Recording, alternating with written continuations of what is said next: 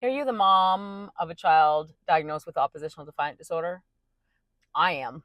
I remember back in the day when he was 6.5 years old, and the school psychologist told me that he was the worst case of oppositional defiant disorder that she'd ever seen. But there was no solution. So I was completely lost.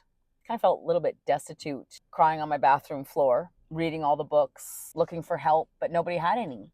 So I want to be that for you today. And I want to just share a really quick story with you. It could be life changing for you. It was like the first sign that something was off the mark in my parenting. And I had company over, I had a guest in my house, and I had no idea that he knew anything about kids. I was just really terrified of the whole bedtime routine because I knew that as soon as I said it was bedtime, we were going to have a 3 hour meltdown, and that's super embarrassing, and I wouldn't have known what to do. So I throw it out there, hey, Zach, it's almost time for bed. And he goes into the immediate whine, I don't want to go to bed. And Tom came around the corner and he goes, hey, Zach, do you want to go to bed now with a story or in 10 minutes from now all by yourself? Now, I had always been told that if I wanted to be a great mom, that I was to read my kids a bedtime story every night. So I literally forced them to sit through a bedtime story until Zach chose, I want to go to bed in 10 minutes from now all by myself. And then I saw something that I'd never really seen anybody do before. Tom took him over to the clock and asked, do you know how to tell 10 minutes on the clock? And Zach's answer was no. So Tom took a few minutes, and I'm going to call this proactive attention. He took a few minutes to teach Zach how to tell 10 minutes on the clock.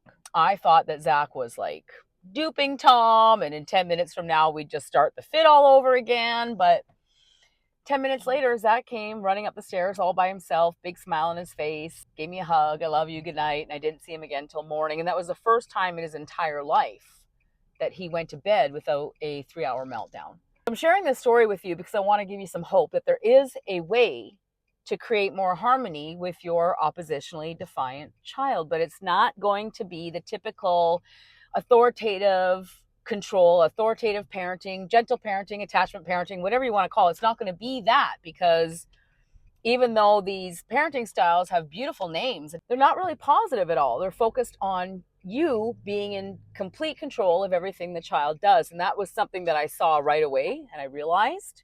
So I want to empower you to know that when you can learn how to give your child some self-control, to make them feel like they have some power over their own lives, the oppositional defiant disorder turns into leadership. It's absolutely a beautiful thing. If this hits you in some way and you have a child diagnosed with ADHD and oppositional defiant disorder, and you just think that their brain is broken somehow, I want to nip that in the bud right now and let you know that there are tools to help you bridge the gap of communication and help you build authentic connection with your child so you can completely turn things around for yourself. Come learn all you can about creating champions for life. Give us a follow, share the video out, come join our free Facebook group so you can give yourself and your child a chance at a brighter future. I'm Bonnie Leota. Until we meet again, here's to your parenting success.